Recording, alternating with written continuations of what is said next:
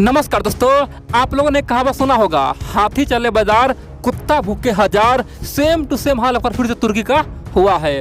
तुर्की ने एक बार फिर से भारत पे बहुत बड़ा अटैक किया है, भारत को बहुत बड़ा धोखा दिया है।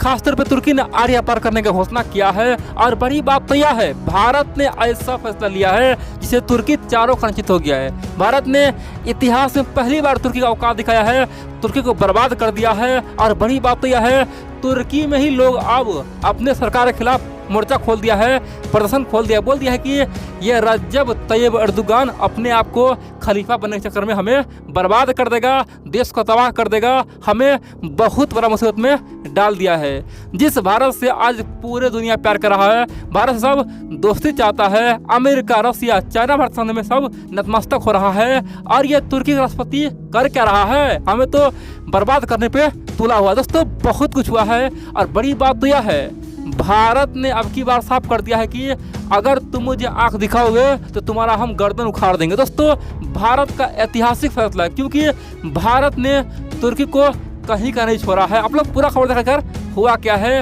और अब की बार भारत सरकार का एक ही नारा है, वो है तुर्की का केवल बर्बाद। जिस प्रकार से पाकिस्तान को हम लोग बर्बाद कर दिया है, पाकिस्तान आज पूरे दुनिया में घूम रहा है कटोरा लेके, वही हाल अब तुर्की का हम लोग करके ही छोड़ेंगे। दोस्तों मैं आपको एक एक पॉइंट बताऊंगा आखिरकार हुआ कि आप लोग पूरा खबर देखिए। आप जानते हैं वर्तमान में यूनाइटेड नेशन का 76वां यानी कि 76 सेशन चल रहा है, जिसमें मोदी जी भी दोस्तों अमेरिका गया हुआ है। आप जानते हैं अमेरिका के न्यूयॉर्क शहर में ये मीटिंग हो रहा है। और बड़ी बात तो यह है, उसी संबोधन में खासतौर पे तुर्की के राष्ट्रपति ने जहर उगला है।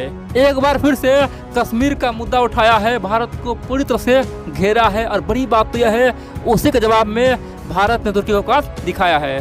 दरअसल रजब तैयब अर्दोगान को लग रहा है कि अगर हम ये सब काम करेंगे ना तो दुनिया हमें मान्यता देगा, बोलेगा कि ये तो मुस्लिम दुनिया का बादशाह है, ये तो अकेला देश है जो मुस्लिम का आवाज़ उठाता है। और फिर 57 कंट्री उसके नीचे आ जाएगा और सबका बादशाह बन जाएगा और फिर से ऑटोमन एम्पायर बना देगा। दोस्तों ये सपना कौन देखता है, वो रजब तैयब अर्दोगान देखता है। इसीलिए उन्होंने भाषण दिया कि अरे भाई ये क्या हो रहा है, भारत ने कश्मीर में क्या किया है, भारत में कश्मीर में क्या क्या हो रहा है, दुनिया चुप है। दोस्तों इस तरह का बयान ऑलरेडी रजब तैयब अर्दोगान 2 बार दे चुका है, 2019 में दिया है, 2020 में दिया है और ये तीसरा बार ये बयान दिया है। बोला है कि ये कश्मीर का समस्या है, भारत पाकिस्तान को मिलकर सॉल्व करना ही होगा, नहीं तो बहुत बड़ा वहाँ पे मुसीबत आ जाएगा।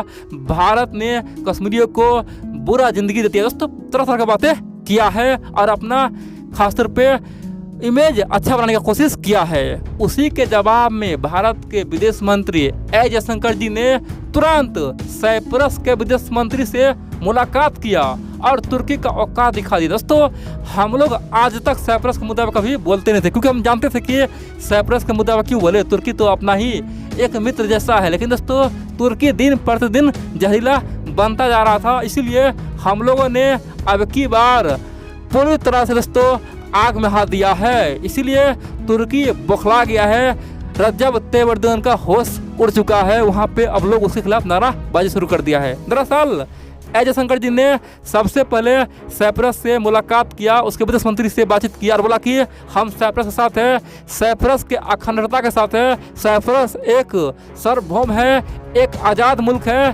साइप्रस के लिए हम कुछ भी करने के लिए तैयार है। दोस्तों भारत ने ओपनली डंके के चोट पर बोल दिया कि हम साइप्रस के लिए कुछ भी करेंगे। जिस प्रकार से फ्रांस के लिए हम कुछ भी कर सकते हैं, उसी प्रकार से साइप्रस के लिए कुछ भी करेंगे। दोस्तों आप जानते हैं हाल ही में फ्रांस पे किस प्रकार से मुस्लिम दुनिया ने अटैक कर दिया था, राष्ट्रपति इमैनुअल मैक्रोन को सबने बहुत बड़ा धोखा दिया था। यहाँ तक कि रजब तैयब अर्दोगान बोला था कि मैक्रोन पागल हो जाएगा, 17 तरह की बातें किया था। उसी दौरान मोदी जी ने ओपनली फ्रांस का सहयोग किया था। सेम टू सेम अब की बार हम लोग साइप्रस का साथ देंगे। आप बोलेंगे आखिरकार अगर हम साइप्रस का साथ देते हैं तो आखिरकार तुर्की को क्या समस्या है। दोस्तों आप जानते हैं तुर्की साइप्रस पे एक बार हमला कर चुका है। आप जानते हैं 1974 में तुर्की ने अपना सेना भेज दिया साइप्रस पे और आधा साइप्रस यानी कि साइप्रस का जो साउथ यानी कि साइड है ना, यानी कि दक्षिणी हिस्सा है, उस पर तुर्की ने कब्जा कर लिया। और वहाँ पे जो भी मुस्लिम है दोस्तों उसे बोला कि हम तुम्हारे लिए खड़े हैं और नॉर्थ साइप्रस को एक देशी बना दिया, यानी कि 1974 से लेकर तुर्की बोल रहा है कि यह अलग ही देश है।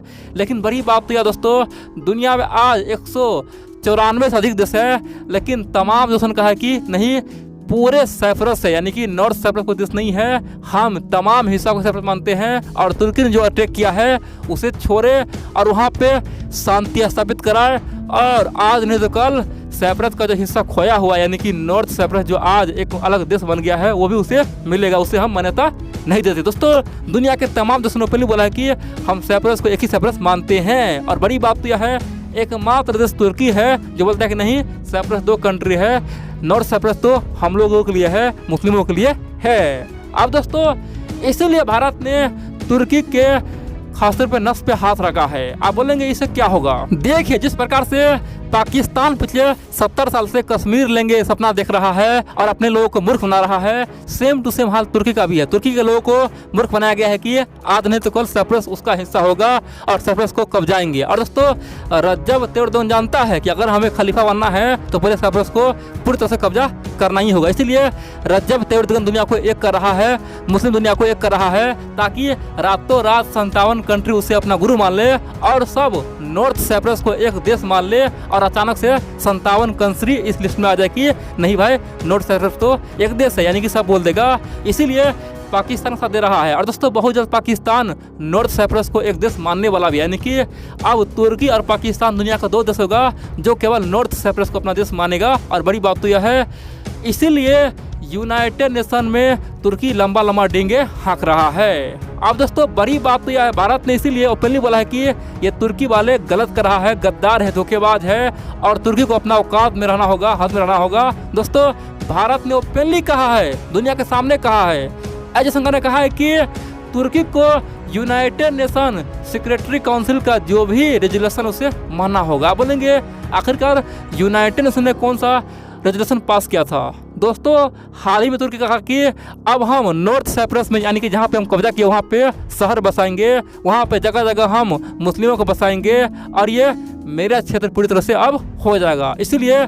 यूनाइटेड नेशन में एक मीटिंग हुआ जहाँ पे 15 कंट्री, जानते दोस्तों, 5 परमानेंट और बाकी 10 नॉन परमानेंट, सबने मिलकर एक बिल पारित किया। बोला कि ये ऐसा संभव नहीं है, तुर्की कहीं पे कोई छेड़छाड़ नहीं करेगा और अगर छेड़छाड़ करता है तो यूनाइटेड नेशन का ये उल्लंघन होगा, क्योंकि अगर किसी देश में आप घुसिएगा तो यहाँ पे युद्ध का माहौल बनेगा, कुछ भी हो सकता है और छोटे देश को आंख दिखाना आपका अधिकार नहीं है, आप अपने औकात में रहिए। दोस्तों, इसीलिए यूनाइटेड नेशन ने एक रेजोल्यूशन लाया, बिल पारित किया हुआ है। अब तुर्की को ओपनली बोला है कि अब तुर्की अपने औकात में रहे। भारत ने ओपनली बोला है कि तुर्की उस बिल का पालन करे और साइप्रस को आंख दिखाना बंद करे, नहीं तो हम भी साइप्रस के साथ खड़े हैं, तुम्हें औकात दिखा के छोड़ेंगे। अब दोस्तों, तुर्की पे अब तक का सबसे बड़ा प्रहार हो चुका है।